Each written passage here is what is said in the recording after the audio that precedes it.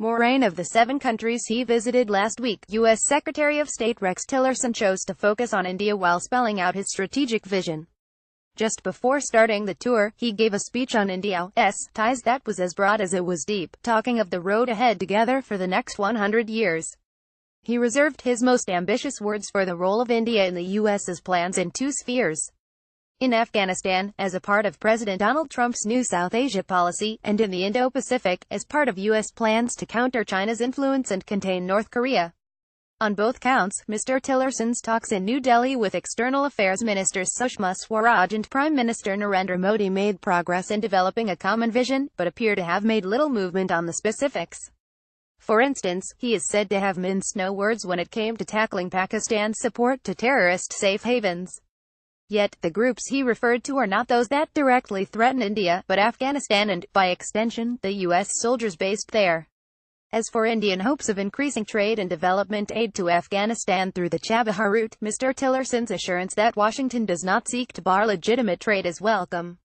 However, it remains to be seen whether India can significantly ramp up cooperation with Iran to further its interests in Afghanistan at a time when the U.S. maintains its policy of isolating the Iranian leadership.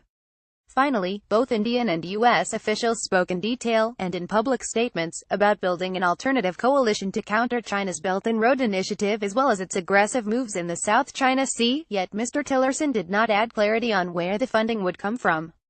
For its part, India desisted from any clear commitments on joint patrols to ensure freedom of navigation in the SCS, or even on the foundational agreements the Indian and U.S. militaries must conclude to deepen cooperation in the region.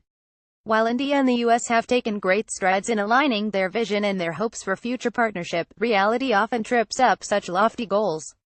One reason is geography. While American troops remain in Afghanistan, it is difficult for the U.S. to completely disengage from Pakistan.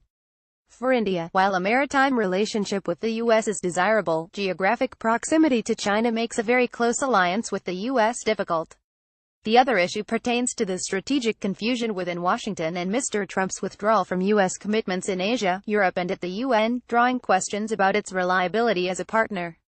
Given this, it may have been too much to expect more than the warm handshake and the encouraging words of hope Mr. Tillerson delivered.